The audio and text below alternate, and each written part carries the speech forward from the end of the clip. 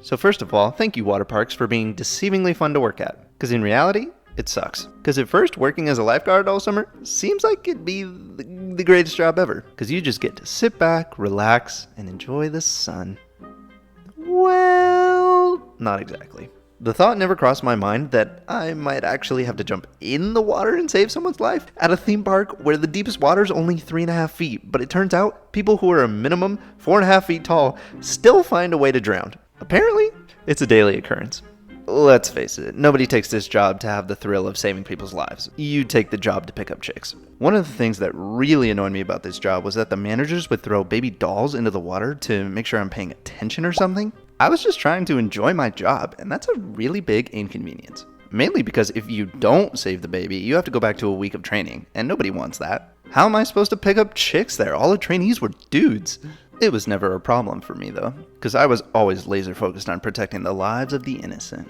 So one of the worst parts of the job was working the double-person raft rides. Here's something that really annoyed me. There is a very clear, large sign at the bottom of the hill before you get in line. Do not exceed 400 pounds. But for some reason, two giant dudes who weigh 250 pounds each think they're good to go, even after they check that their combined weight equals 500 pounds, indicated on the scale, and the red light goes off flashing, indicating imminent death.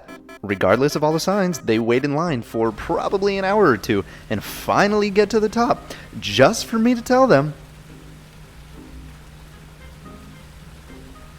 that they are good to go and are completely safe to ride this ride. Probably shouldn't have done that because it could get me fired, but oh well.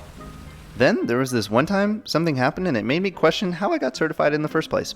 I'm not one to make excuses to not do my job, but this was asking a bit much. I was working a slide that is notorious for making people black out because it spins you around super fast in a dark tunnel. It was towards the end of the day and the wind was blowing and it was getting a little chilly. It might have even been below 70 degrees. And for those of you who don't live in California, 70 degrees is basically the low of a winter day. So I'm sitting there and this lady comes out of the slide and I look down in the water to see her completely lifeless body with her head under the water and her feet floating on the top. Immediately, I'm concerned because I think to myself, shoot, am I gonna have to jump in the water? It's pretty chilly. After weighing the options, I decided to jump in and I pulled her out of the water. And what happens? She just gets up and walks away. I get zero recognition, and I never received a Medal of Honor or anything for sacrificing my comfort to save somebody's life. So lady, if you're watching this, you're welcome. And to everybody else, that's what a true hero looks like. Another horrible thing about being a lifeguard, and I'm sorry if this ruins water parks for you, if somebody throws up in the water, we don't do anything about it.